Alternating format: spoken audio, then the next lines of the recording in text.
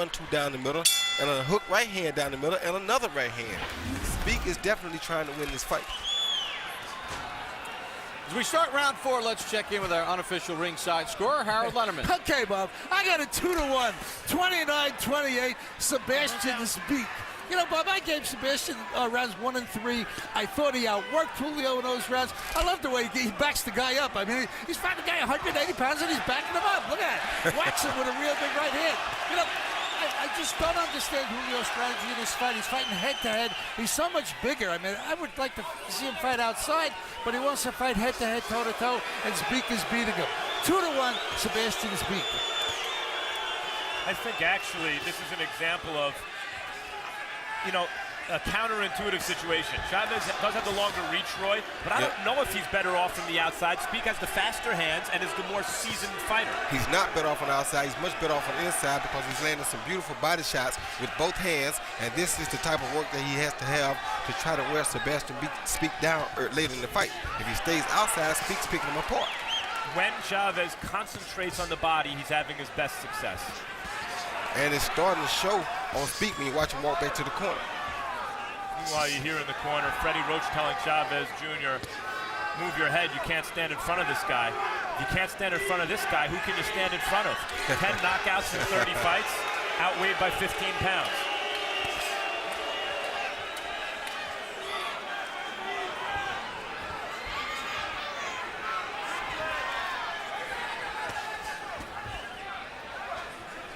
Zbk works that jab. Now we see Chavez trying to use the reach and the size from the outside. Let's see if it's successful. He's only thrown 39 jabs total in the fight to this point. Yeah, I don't like his outside work because Zbk is a smaller guy. Zbk has the quicker hands. Why don't you just go ahead and go inside and land the big punches on him, and so we can see some wear and tear in the future on Zbk. What do you think of Chavez's footwork from the outside, Roy? It's not that good. I mean, he's not counting because that's not his style. Eats another 3-punch combination.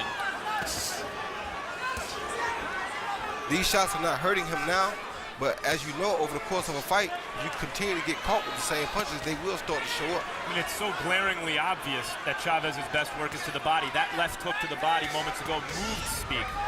And it's wearing Zbk down, but he got to keep it up.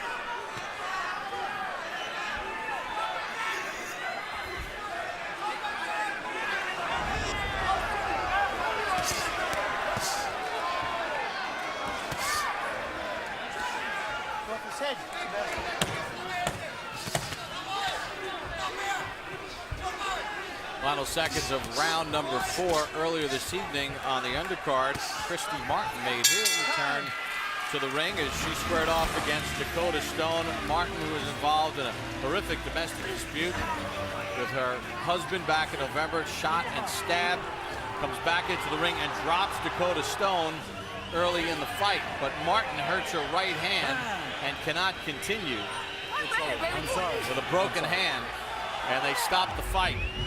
You can see the damage done to her right hand, so Dakota Stone wins. Then U.S. Olympian from 2004, Vanes Martirosyan taking on Saul Roman, and Martirosyan went down, stunned the crowd. Wild fight, but Martirosyan was able to come back and take out Roman in the 7th round.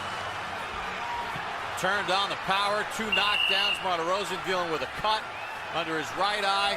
Wild fight, but Vanes Martirosyan gets his 30th win and his 19th stopout, 2:58 of round 7.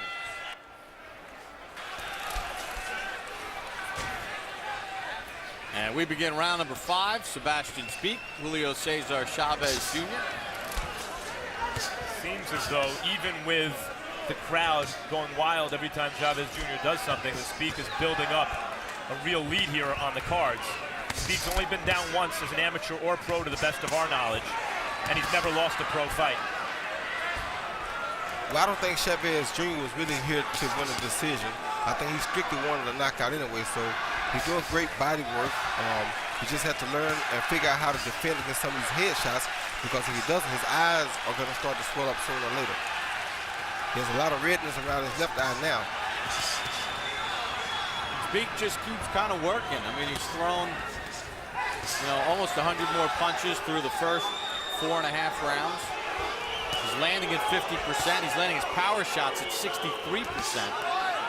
And he's used his jab. Yeah, it's not just that Chavez doesn't look so good tonight, and he doesn't so far. It's that Speak looks quite good. And this is a step-up fight for both guys, really. Those body shots really are wearing on Speak things.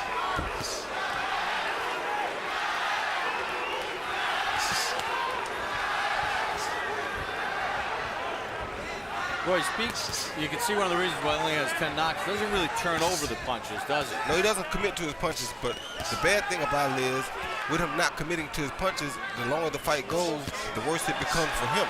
Because Chavez commits to every punch, and the more the fight goes on, the more Speak's going to get hit too. So if he doesn't do enough damage right now, it's going to hurt him later on. Stop. Freeze. This is clearly the best I've ever seen Speak. And even though he only has 10 knockouts, he is hitting Chavez flush in the face with a lot of good, crisp shots. And they're harder shots than they seem to be, too. And it's only the 5th round. Yep. Maybe that one-on-one training helped. It seems to. He said he changed a lot of things. Chavez hooks to the body, hooks again to the body. Gets around that right elbow of Speak.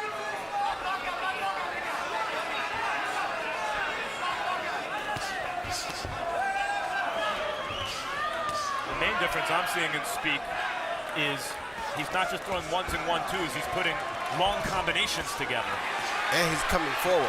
But he's Although Chavez had some success just then the last 30 seconds. yeah, that was a very good right hook to the body. Well, he did say, Speak told us this is the best you're going to see me, but he eats a right hand that wobbles him near the end of round 5, and he acknowledges the punch as he walks back to his corner. That was good.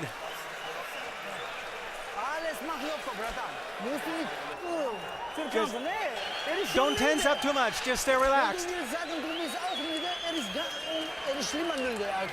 He is even more tired than the other, so don't pay any attention to that.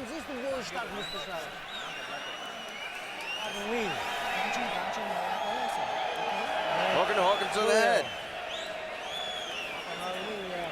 This is going to be the 6th.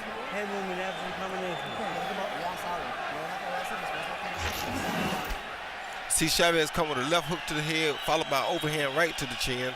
Great shot right on the chin. I think that punch might have hurt Speak. See him again with the left hook lead, followed by the overhand right. It wasn't a straight right. It kind of came over the top of the glove, but it did hurt Speak. Now we begin round number 6.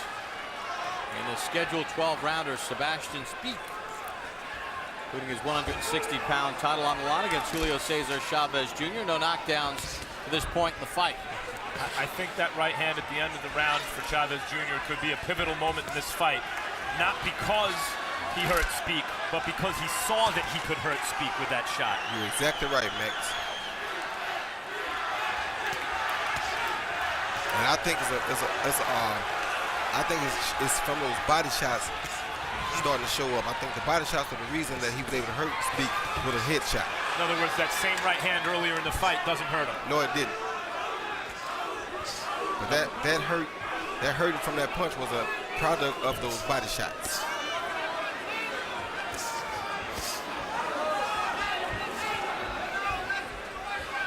Speak seems to be getting a little tired now. Another body shot from Chavez Jr. You see Speak with the upper body. His hands are still moving like they were, but his footwork doesn't look the same as it did earlier in the fight. No, it doesn't, and it's not smart for him to stand here and fight toe-to-toe with Chavez like this. This is what Chavez is bred to do. I mean, I know they're trying to make him a boxer, but this is truly what he is. Speak was doing much better when he was outside boxing. Why would he lay in here with Chavez is crazy to me. Hey, stop. Don't use that elbow. You all right? No problem? Watch the elbow, okay? Right. Yeah, I was going to ask you that, Roy, because Speak has thrown 90 more jabs in this fight, and he's used that to open things up, and now he's staying right in the wheelhouse of Chavez Jr. With a cruiserweight. I mean, these guys are going at it, boy. They are going at it. Yeah, they are. But it's in Chavez's DNA to get stronger as this goes on. It's not necessarily in Speak's DNA to do that. And that time Speak created some distance, but he left out the jabs. Yeah, but you know he's tired because now you see his footwork is not the same. He's not moving once Chavez advances him now. Early in the fight, he was taking a step back when Chavez was advancing him. Now you see he's not really doing that. See that? And I was going to say, I thought that last sequence really illustrated where he half-heartedly threw 2 jabs and moved in slowly, Roy. Yeah, he's starting to show fatigue.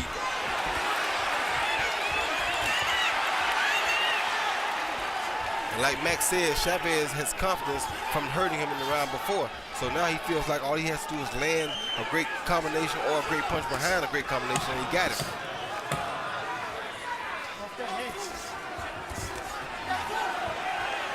You can feel a little momentum turning around here with Chavez Jr. starting to walk down Speak. Well, Roy, the body shots, maybe they're starting to pay dividends. Chavez Jr. really digging hard to the body. Kind of slowing down the footwork of Speak. Punishing body shots, both with the right and the left hand in the balance of this fight. Which takes us to punch zone. And you take a look at Sebastian Speak, and you see the body shots. That left hand 28 times is landed by Chavez Jr. 15 with the right hand. And he's done good work to the body with 43 connects of the 98 to the body. Whereas on the other hand, Speak has only landed 15 body shots according to Punch Zone.